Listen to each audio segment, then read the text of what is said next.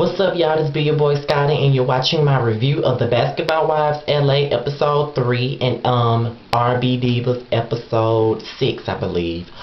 Let's see. Bad Girls Club did not come on tonight, so I decided that I wanted to put both shows on one video, simply because Basketball Wives LA does not deserve its own video, so I might as well put both shows on one video.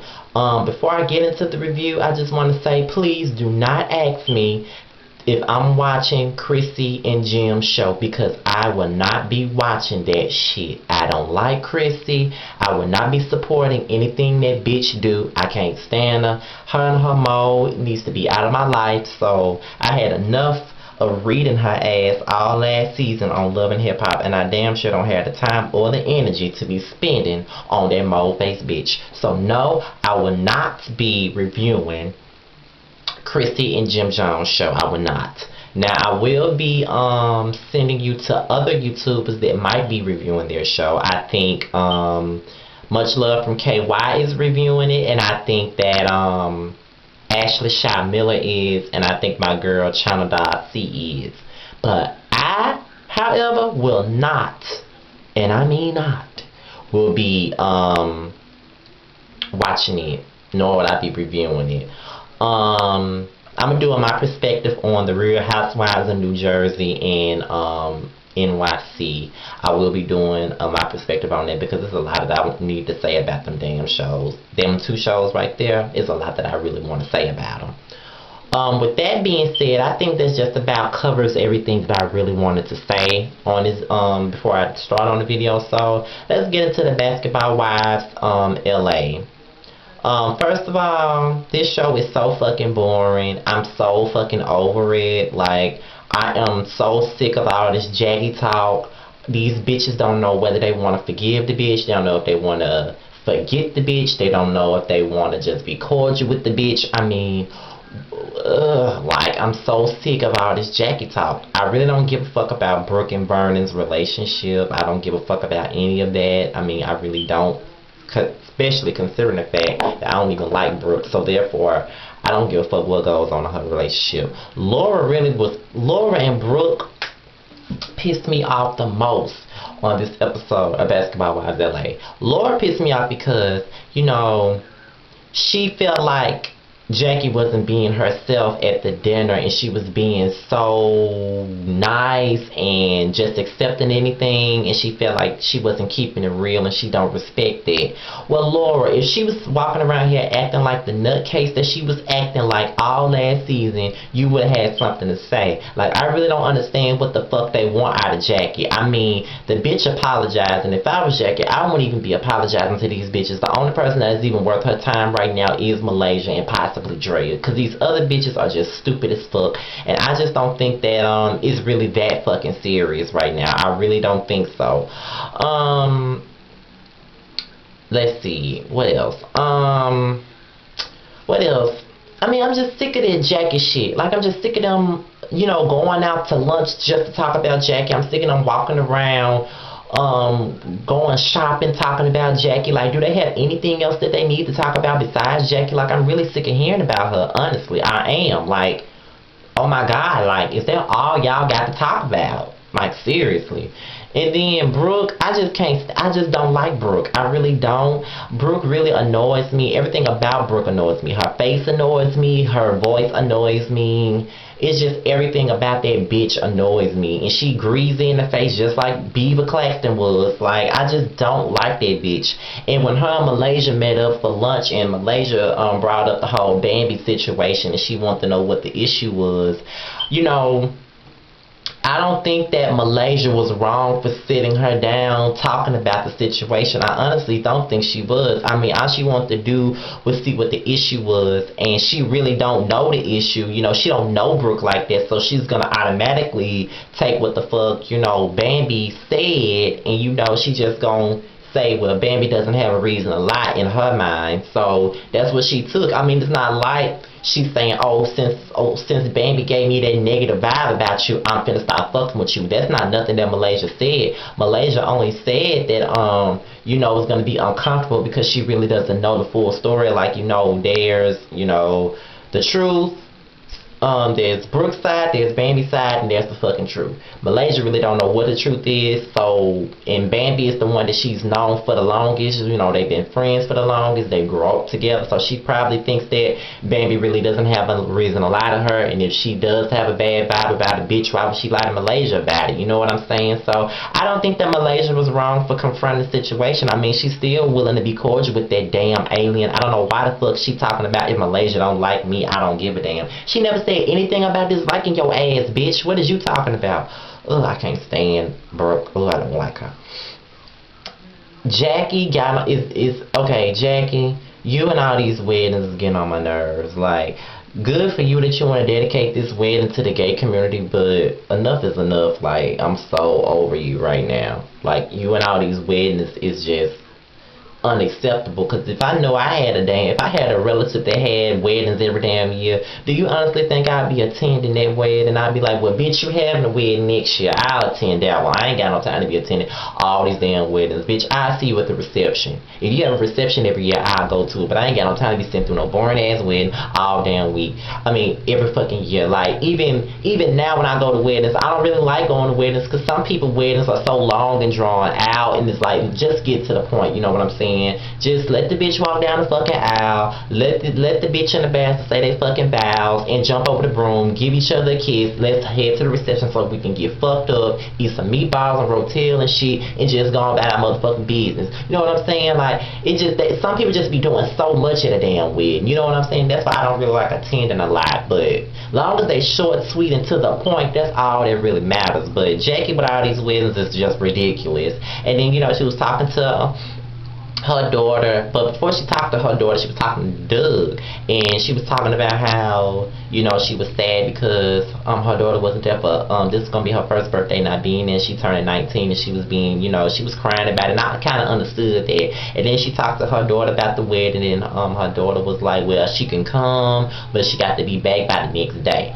And then Drea has been really laying it on thick with the whole lesbian thing. Like, I understand that she a lesbian, but damn, do you have to bring it out like so damn much? We all know that you like pussy too, so come on now. And her and Gloria's little scene looked like a damn lesbian soft porn scene or something. Like, I mean, it was just crazy to me. And the fact that Gloria's sitting up here, you know, getting lap dances from Drea is very hypocritical to me, because just a couple of years ago, 2 years ago, when you got on the Basketball Wives Miami and you had just met Royce and you saw the way she was dancing, you was one of the main bitches that was judging her because of who the fuck she was. But now you're trying to make your ass clap and get lap dances and shit from Drea. That shit is crazy to me, you know what I'm saying? And somebody on the Beyonce board basically said the same thing that I just said. That's why I felt compelled to say that, because I felt the same way. Like, bitch, you really looking like a hypocrite. I mean, it's okay for people to grow, but goddamn, bitch, you know what I'm saying? Like, come on. And then Jackie got a tattoo, and Drea went to go see her, and that's when Jackie said she's had experiences, and she said if she wasn't so in love with Doug, she probably would have been a lesbian. And to be honest, I can see Jackie being a butch dyke. I really could see it. With that being said, I think that's all I really think that is worth talking about in this episode. I mean, I know Jackie and Malaysia had things, but blah. I know Gloria and Drea had a scene at the end when Jackie had left Gloria a voicemail and all of that shit. But other than that, Basketball Wives LA did not hold my attention at all. And it looks like this whole drama with Malaysia, Drea, Bambi, and Brooke is gonna be something serious. That might be the shit that's gonna make the show worth watching, because all this other shit is just bullshit, and Bambi wasn't nowhere to be found on this episode, and I really need her to come back.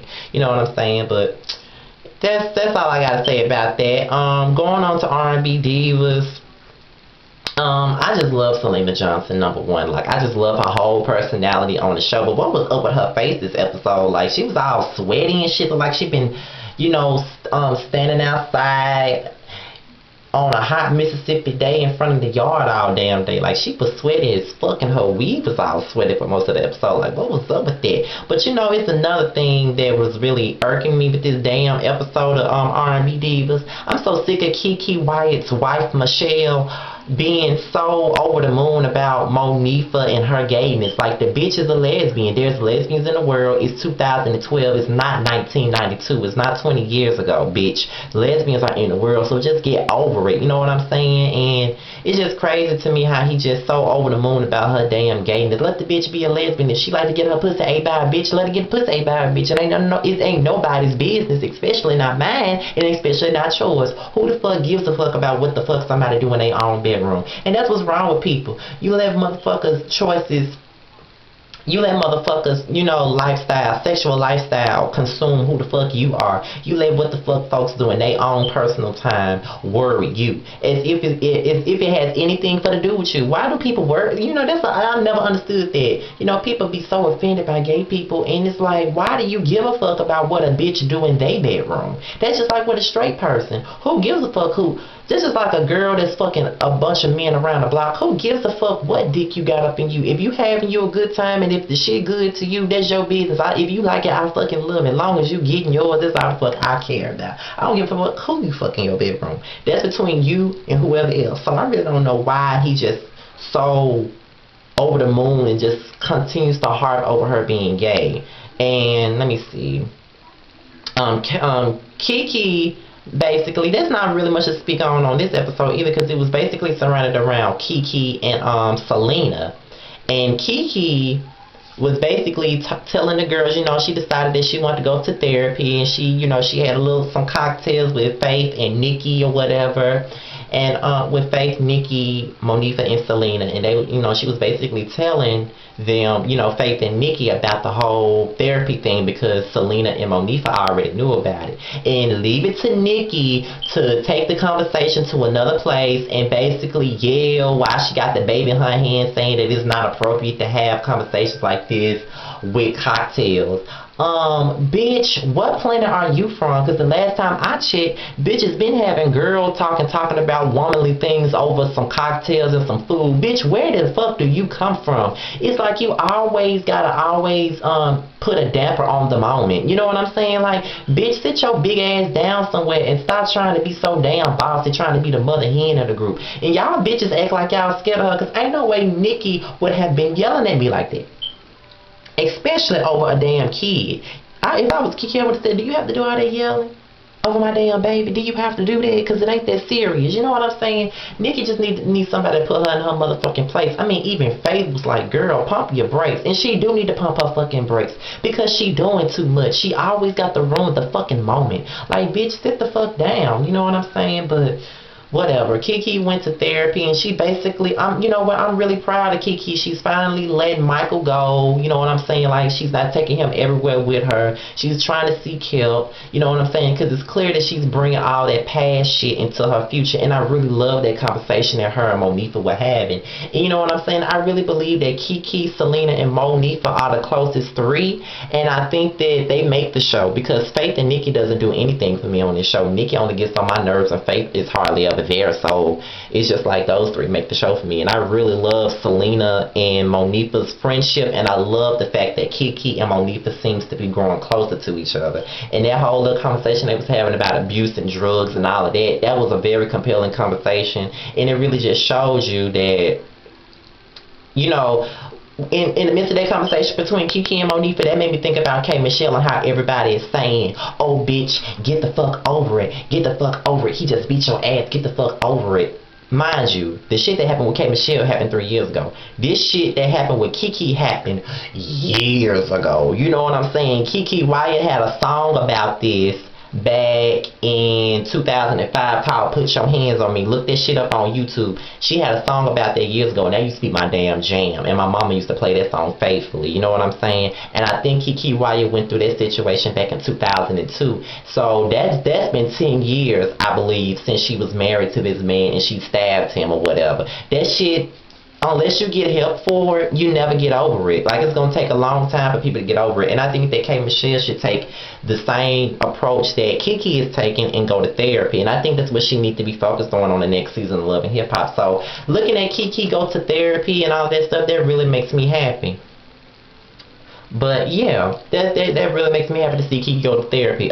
Selena had a big meltdown before her show, dealing with her daddy and all of that stuff, and he was very cruel to her and making her feel bad and have her in tears. Even her sisters had to intervene and take up for Selena. And I really do love Selena's sisters. I really think they should have a show of their own. But that's besides the point. I really was feeling Selena on there. You know what I'm saying? Her daddy was horrible to her ass. You know what I'm saying? He was real horrible to her for no motherfucking reason. And not to mention, before she had the damn meltdown, she get into it with this unprofessional ass bitch that's over the damn venue, and you know the sound is all fucked up and they running late, and she has the nerves to get an attitude. So Selena got up on stage and she was singing in the mic and shit was messed up and all of this stuff, and she basically just put their ass on blast and told the whole crowd how unprofessional the motherfuckers was. Monifa was there for Selena. She got up on stage and she sung with them, and them bitches really was singing the fuck out that acoustic ass song. They really was. And you know, Selena put on a good show, but then at the very end of the show, the unprofessional bitch wanted to get upset. Bitch, Selena let you have it when she got up on that stage and gave you the business. So nobody really gave a fuck about what the fuck you had to say because they booed you. So at the end of the day, you was the one that was being professional with that bad ass sound. You act like you didn't want to hear it talk about all this drama. You don't deal with it. Well, bitch, you was bringing the motherfucking drama. So sit your motherfucking ass down. Nobody gave a fuck about you or your ghetto ass venue, okay? I might be being biased because I love Selena, but I just didn't like the way that unprofessional bitch tried Selena and her sister. You know what I'm saying? So that's it for my review of the Basketball Wives LA and R&B Divas. When Bad Girls Club come back next week, I will go back to the whole little situation where I review these 3 shows on Monday nights, and whichever one that stuck out the most to me would get the solo video, and the other 2 that didn't would be on the video together. So when Bad Girls Club come back, I'm gonna do it that way again. The one that stuck out to me would get the solo video. The other 2 just gonna have to be on the video together. So you know, I'll see y'all. Don't look like I have many videos to do this week. I don't have many Ask Scotty questions. Ain't nobody sent me none, so y'all already know what the email address is for y'all to do that. It's mrstillstanding@yahoo.com. If y'all haven't followed me on Twitter, please do at www.twitter.com/Mr_Stillstanding. If I haven't followed you back, please tweet me and let me know so I can follow you back. Follow me on Instagram if you want to at King of the South 23. I had my impression of Sweet Brown with the cold Pop Escape that I wanted to post yesterday, but I decided against it. And I planned on doing a parody of K. Michelle's scene with Rashida. That's if y'all want to see it, because I know that whole scene by hard way. K. Michelle's part is by hard, so I really want to do that for y'all, just to be funny. But if that's up to y'all if y'all want it or not. You know what I'm saying? If there's any good news for me to talk about this week, I'll do it on my perspective video. And if anything weird, if a what the fuck moment happens in my life, you know, I'm gonna give y'all a bitch, are you serious video. But other than that, that's all I gotta say, you guys. So I'm out of here. Peace.